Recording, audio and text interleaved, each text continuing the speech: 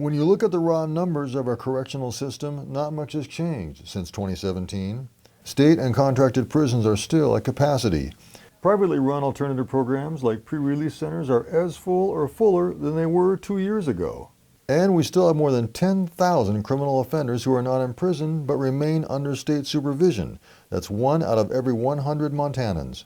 State Deputy Corrections Director Cynthia Wolkin says the overhaul is still young, but that she does see some progress. So we're starting to see some good signs of sort of leveling off of people who enter our system, but we're not bracing for a huge decline in population. We just want to sort of level it off and prevent spikes in growth, which is where we were headed before justice reinvestment.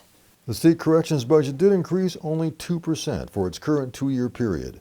And Wolkin says one reason prisons remain full up could be because of a concerted effort to reduce the number of convicted felons held in county jails.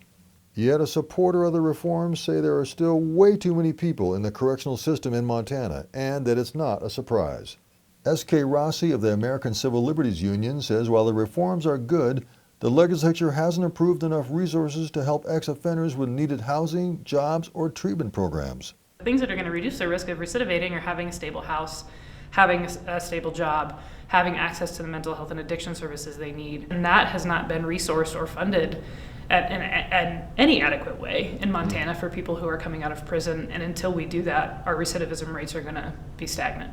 Wolkin says it's too early to measure true recidivism because it's usually measured as the number of people returning to prison within 3 years of release. But there are some early data we can look at that give us insight into the reforms and whether they're working. We'll take a closer look at those numbers and what they mean tomorrow. Reporting from Helena, Mike Dennison, MTN News.